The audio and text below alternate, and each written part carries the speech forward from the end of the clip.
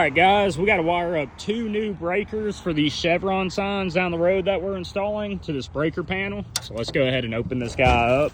All right, guys, we got her opened up and we got our 2 circuits of number 4 cable right here. So let's throw our job savers down and get busy on it. First things first, I always like to work on my grounds and neutrals first. So we're gonna work on getting our grounds resized and then remarked and landed on the ground bar, and same as the neutral. So let's go ahead and do that.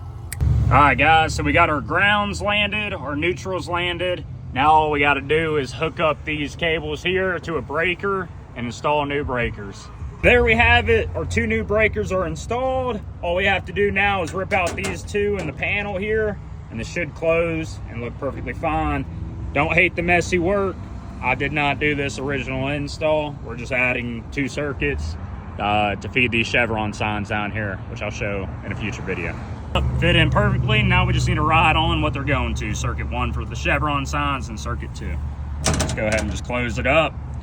And once we're wired in up there on all the signs, we'll be able to flip these breakers on here and send power to the signs up there. For anybody that's going to ask why we're using number 4 for a 20 amp breaker, it's because those Chevron signs, there's a radar sign that's about 4,500 foot away, and we're accounting for voltage drop, so we have to upgrade to number 4 cable, even though it's just 20 amps being drawn. Heck, a lot less than that actually. But we do have to accommodate for voltage drop on this.